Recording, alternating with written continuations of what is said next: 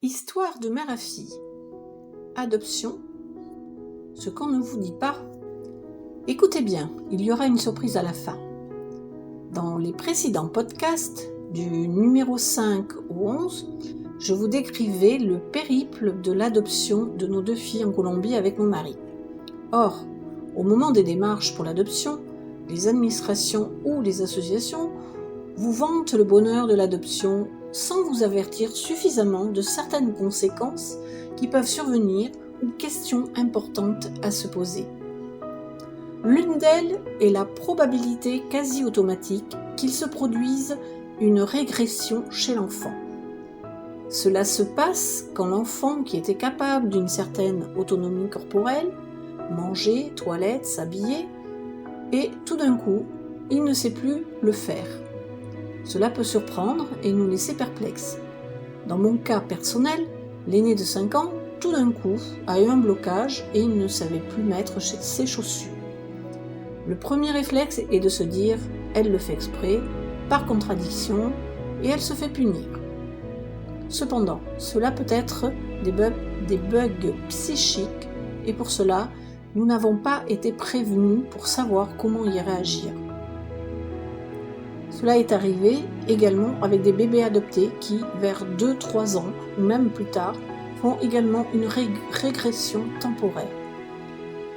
En général, ces phases de régression ne sont qu'un pas en arrière pour prendre un élan afin de sauter plus loin. Mais il faut les décoder, les comprendre et ne pas se laisser abattre. Après coup, on nous a expliqué que c'était fréquent que l'enfant régresse pour repasser des stades de sa croissance psychologique avec ses nouveaux parents. Il se peut même que l'enfant propre avant ne le soit plus après l'adoption, ou bien il dormait bien et fait des cauchemars ensuite. Tout cela fait partie de l'évolution normale et il faut s'y préparer. Le deuxième point important, c'est qu'il faut tenir compte du pays et de la culture d'origine. Par exemple, dans certains pays, les enfants ont l'habitude de marcher pieds nus et continueront à le faire chez vous et ils auront du mal à garder leurs chaussures. Je pense notamment aux enfants venant de Thaïlande. Les enfants venant d'Amérique latine ont, eux, un caractère bien trempé et sont souvent impulsifs. Et suivant l'âge, à leur adoption, ils ont déjà acquis leur propre personnalité et il faut en tenir compte. Par conséquent, ne soyez pas étonnés s'ils piquent des colères exceptionnelles ou qu'ils se braquent sur une idée fixe. D'autre part, j'ai incité mes filles à réapprendre de l'espagnol car elles avaient tout oublié. Chose surprenante, c'est qu'elles étaient toutes les deux douées en langue car en plus du français et de l'espagnol, elles avaient aussi appris l'anglais. Un troisième aspect est notre légitimité en tant que parents. Autant des enfants biologiques vont à l'adolescence essayer de vous décrédibiliser en vous traitant de tous les noms, injustes, autoritaires, tortionnaires, etc. Nous y avons eu droit également. Autant les enfants adoptés vont vous rétorquer « de toute façon, vous n'êtes pas mes vrais parents et je vais retourner chez mes parents biologiques ». J'ai également trouvé l'analyse de la psychologue et psychothérapeute Yveline Exbraya qui ajoute 11 réflexions supplémentaires et je vais vous en expliquer 4 et les autres, je vous les exposerai dans mon prochain podcast.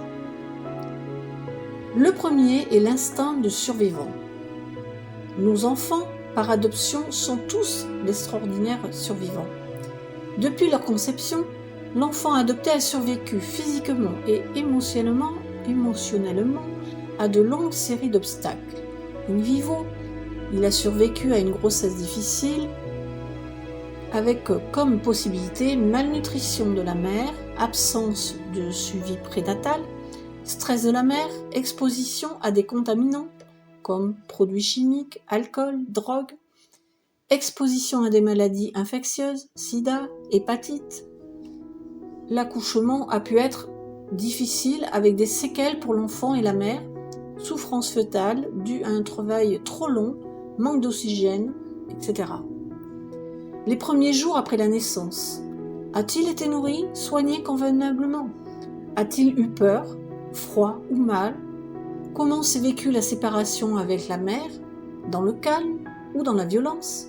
A-t-il été abandonné la nuit, dans un lieu public? S'est-il réveillé seul en pleurant? La qualité des soins après l'abandon. Y avait-il quelqu'un pour lui donner de la tendresse, de l'attention? La nourriture était-elle suffisante? A-t-il été soigné, changé régulièrement? A-t-il subi seulement de la négligence affective ou pire, a-t-il été frappé, blessé, attaché? Combien de temps a-t-il passé à l'orphelinat? Des jours, des mois, des années? Le premier contact avec ses nouveaux parents, était-ce bizarre, menaçant? Autant de questions qui jalonnent le chemin de l'enfant jusqu'à sa famille. Le deuxième, c'est l'incomparable. Sans le vouloir, les amis, la famille, certains intervenants de la santé peuvent faire la vie dure aux nouveaux parents en comparant l'enfant adopté aux enfants biologiques. Courbe de croissance, âge normal de la propreté, habileté psychomotrice. Or, durant les 6 premiers mois après son arrivée, il faut se faire à l'idée qu'il sera incomparable. Il ne correspondra pas à aucun autre enfant du même âge élevé en France. Il sera incomparable aussi car il se développera à un rythme extraordinaire et si l'on tient compte de son état au moment de l'adoption. Ainsi, comme parent, il ne faut pas se laisser déstabiliser par les remarques des autres. Il faut comparer son enfant à lui-même. Nous seuls savons le chemin qu'il a parcouru depuis son adoption. À l'arrivée, mes 2 filles de Colombie, l'aînée de 5 ans avait la corpulence d'une fille de 3 ans et celle de 3 ans une taille de 18 mois. Elles ont toutes deux retrouvé une taille et un poids standard, sachant qu'elles ne sont pas de grande taille comme le peuple colombien. Troisièmement, les sommeils difficiles. Durant la première année ou plus, l'enfant adopté vit souvent et fait vivre à ses parents des nuits difficiles. Refus de s'endormir, terreur nocturne, énurésie, cauchemar, sommeil agité sont courants et prévisibles car la qualité de sommeil d'un enfant reflète sa santé physique et son état émotif. C'est la nuit que le cerveau se nettoie de ses fatigues et de ses émotions.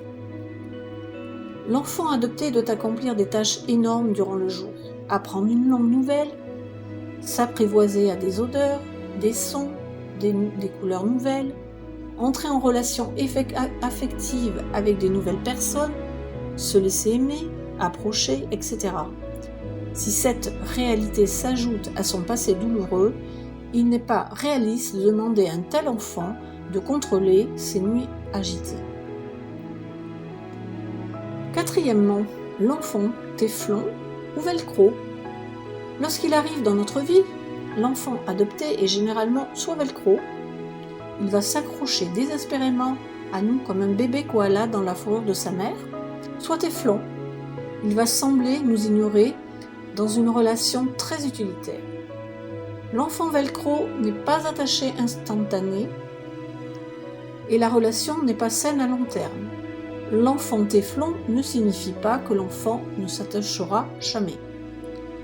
Durant la première année, l'enfant sera fluctuant, parfois velcro, parfois téflon. Il ne faut pas s'inquiéter outre mesure durant les premiers mois, surtout si l'enfant a été adopté après l'âge de 12 mois.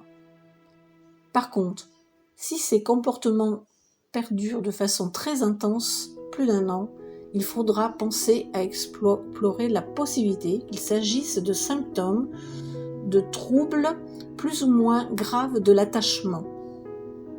Je vous parlerai lors de mon prochain podcast des 7 autres points abordés par la psychologue et psychothérapeute Yveline Exbraya, c'est-à-dire la reproduction de leur modèle de survie, le développement en escalier, le séducteur ou l'indifférent, la peur exagérée du rejet et de l'abandon, la non-permanence des choses, la fragilité dans leurs besoins primaires, l'instinct du petit saumon. Et ensuite, je vous expliquerai comment aider un enfant adopté. Et toi, qu'en penses-tu ? As-tu eu l'expérience de l'adoption ou envisages-tu de le faire ? Connais-tu des parents ou amis qui ont fait cette expérience ?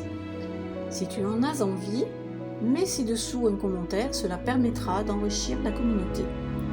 Si cette histoire te fait écho, merci d'activer la cloche afin d'être averti pour ma prochaine histoire, de liker et de t'abonner.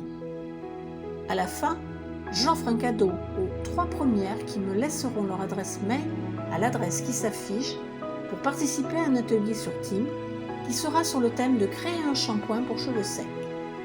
Je te dis à bientôt pour une autre histoire vraie.